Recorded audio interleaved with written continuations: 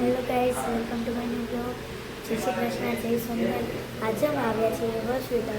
આ મારા માસી છે. અમે અત્યારે જમીએ છીએ. મારા માસી ટિફિન લઈને આવ્યા છે.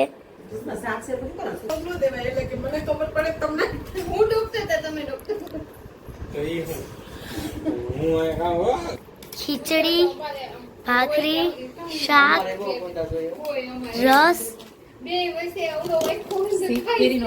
કેરીનો રસ, છાશ, પાપડ.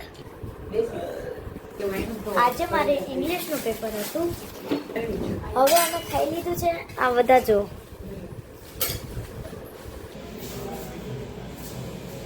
બા